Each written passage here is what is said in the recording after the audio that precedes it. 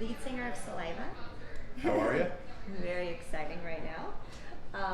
Bobby, you have been very discussed in the music community as, what did I say, a welcome replacement.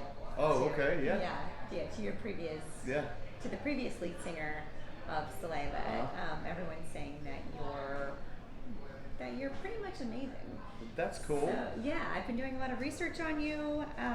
You guys have so many hit songs over the last 20 years. It's ridiculous. Click, Click, Boom, Your Disease, Always, just to name a few. Could I ask what your favorite is? Well, my favorite from the old catalog to do every night would probably be Your Disease. I don't know. I think it's just like the first time I heard that song 20 years ago was the one that I connected with. And that's what got me interested in the band and into the band. But I would say, like, we've done a lot of really cool songs, in the past 10 years too, that we put out some records, and there's songs that I'm proud of on some of those records as well. But I don't know that I can really pinpoint a favorite. Okay. It's just. But you like Your Disease, which had a Grammy nomination for Best Rock Performance. Mm-hmm. Quite impressive. Is it true that the song is about personal relationships? Is that the history? That could be. Mm-hmm. I'm not 100% sure on that. Okay. I had heard it was based on songs that were, or relationships that were basically. I want to say that song was more about the whole, like, rebellion thing and trying to become something, trying to not be dragged down by naysayers and that whole thing, just like fighting to get to the top kind of deal. I think it was kind of one of those songs. It was one of the earlier songs that the band had written. And they grinded in Memphis, Tennessee, and they, when you start to they started working with Bob Marlette, the producer, and they started, like, trying to figure out what songs were going to make the record and start changing these parts or changing that parts. And I think Your Disease was one of those songs that they wrote a chorus. They didn't really have a chorus to it at the time. They just had, like, verses and stuff that were rappy. And how do we take it to another level? And that's how that song All right. came about. Well, what about the last band you were in was Burn Season, correct? Yeah, so I was in a band. Yeah, I was in that band from like 2001 till about 05, 06. Okay. We had like a couple of record deals, but that was when the industry started changing. You were either like, it just either happened for you or you were shelved. A lot of bands were getting shelved because a lot of the alternative and indie rock and a lot of that stuff started becoming really popular. So even though the active stuff was still popular, but the labels became a little more hesitant about putting all of these bands out. They wanted to kind of go like for instance, when we got shelved, there was probably 5 rock bands. 3 of them got shelved, and the 2 that didn't get shelved, one was Jet, the band Jet. Of course. Yeah. Okay, so which a great band, great record. Yes, exactly. Very AC/DC-ish, like their whole thing. So they had a really cool thing. So they released that record, and then the other record I think was what was the other band? I think it was Mud? no, because Puddle was out. Puddle was already out. Okay. But So. I can't remember the other band, But you played drums for them. You weren't the vocalist. I was not the vocalist. I played drums, but I did play drums. And to clarify, I like pretty much wrote the songs, like all the music and stuff, and I played guitar. Okay. So like in the studio, there was really only 2 of us, like the singer and then me, and I basically did like all the instruments and all this. Okay. So that's a big switch for you then, coming in Yeah. 2012 to Saliva and doing vocals. That's a big Yeah. transition.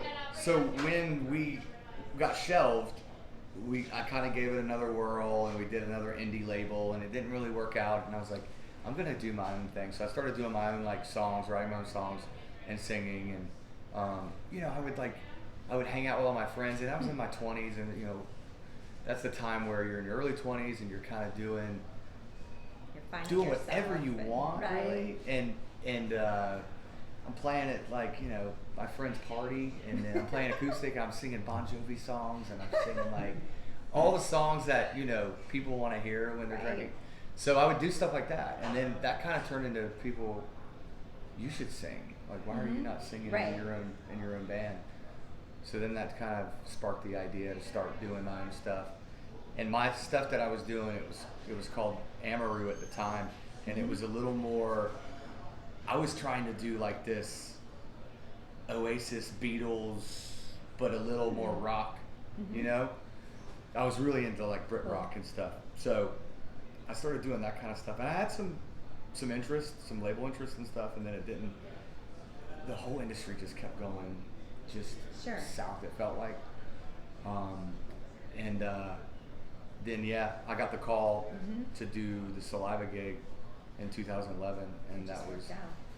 yeah, and that was, you know, it's been 10 years, and that was a good, you know, it's good to kind of get out and go and play with an established band, a band that had already done it Right. a previous 10 years, and everything's kind of laid out for you, even though it really wasn't, because you had to work for it and you had to go and grind every night. Right, but you still have a lot of creative freedom. I mean, with your song Epidemic, and correct me if I'm wrong, but that's about heroin and addiction. Oh yeah, And I hear that that hits home, close to home, on a few levels for you. right.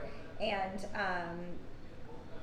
going back to what you said about, you know, joining a new band and kind of finding yourself and getting some creative freedom here, what I really would like to know, is it true that that song, Epidemic, was kind of your homage to like Chester Bennington and Chris Cornell? Yeah, so people have asked me that question, like not in an interview though. So it's kind of it's kind of awesome that you're asking me about that song in particular. That was that record that we did. A lot of the songs, everything was just kind of flowing out of me. When I get in the zone, I am like a songwriter. So I will constantly have ideas going, and I like to hear the music, and then I can just think about it over it. And that song to me felt very dark and felt like it had that approach, and I hadn't written about anything like that. But my sister was really bad on it for years, and so it gave me something to write about, you know, Right. and just kind of like what she may have been going through. But like you even said, some of the others, like the Lane Staley's or whatever, because it does have like an Alice in Chains vibe to it. Totally. But when people say, you know, Alice in Chains vibe, I always try to say no. It's more of like a you know, it's geared towards Seattle and more than it is one particular band. I 100% see that. Yeah, because a lot of those guys struggled with that. You know, a lot of them from Seattle struggled with it. So yeah, maybe musically the Alice in Chains influence is kind of there too, but lyrically I'm thinking more Seattle, my sister, that kind of stuff. The struggles that other people have with it, because it's a very crazy thing in the world. It is. It really is, especially now, and it's just a very deep song. It's beautiful. Thank you. So I was very impressed with that, and I would love to know, as a musician, who would you like to collaborate with in the future? I know you've collaborated with a lot of different bands. Your music has been in so many different musical or movie soundtracks and WWE and PlayStation. I mean, it's everywhere. Yeah. So in the future, who would you love to collaborate with? Man, I would probably like to, if I could sit down and write a song with someone like Dave Grohl or someone or someone like Noel Gallagher from Oasis. I mean, it's like someone. That wouldn't be too bad. No, that'd be awesome, you know, because you know you're gonna get a good song out of Right, it. right. Yeah, You or know at it's least gonna be a winner. you're gonna get some great, funny stories and you know. So yeah, I would. There's probably many others that I'd love to sit down and write songs with. Sure, but off the top just, of your head, those are two solid choices. I would say. Yeah. Yeah, I would think so. and if you had just one message to give to your fans, a lot of people are going to be watching this video. They're looking up to you. They have so much respect for you. Is there a certain message you would like to give to them while you're here today? There's one message you'd like them to take. I think that, you know, where we are in the world, it's been crazy for the past year and a half. But I think we'll get through it. You know, I believe in people being good humans and respecting each other. I don't care what you believe in as far as religion or who you vote for or any of that stuff. I don't really care. Like, I think being a good human, it starts with that, and that'll go a long way. You know. Awesome. So I think that's a great message. And then the last question, it's kind of silly. I heard a rumor that wherever Saliva goes on tour or in a big music festival, your bus is considered the liquor bus.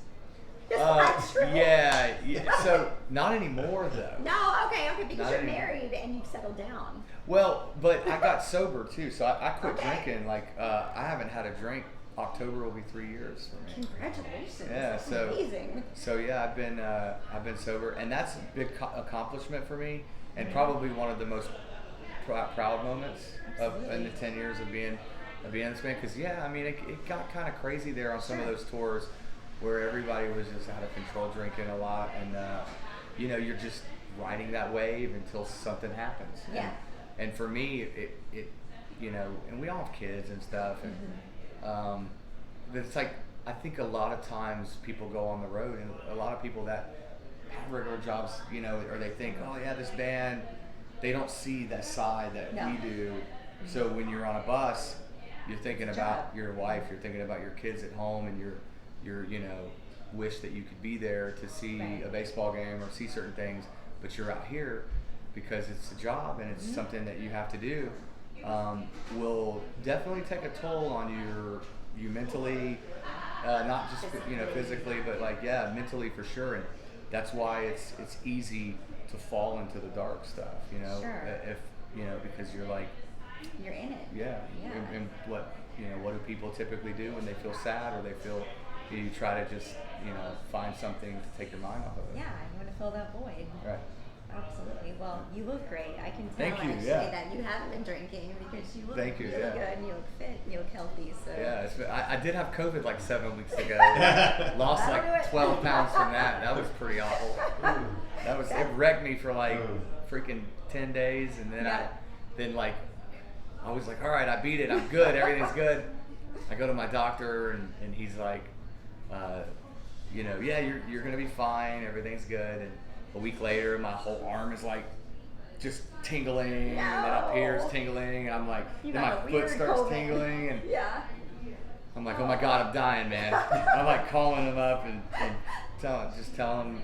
So I had to do like the blood test, all the CT scan. I did that, and he's like, dude, you're good. Everything's good, man. It's fine. Go back on tour for the Right. love of God. Yeah. We're glad you're here. We're glad you're healthy. And we really appreciate you talking to us. So Yeah, thank for you sure. So much. Yeah, thank you. Can't wait to watch you perform tonight. Yeah.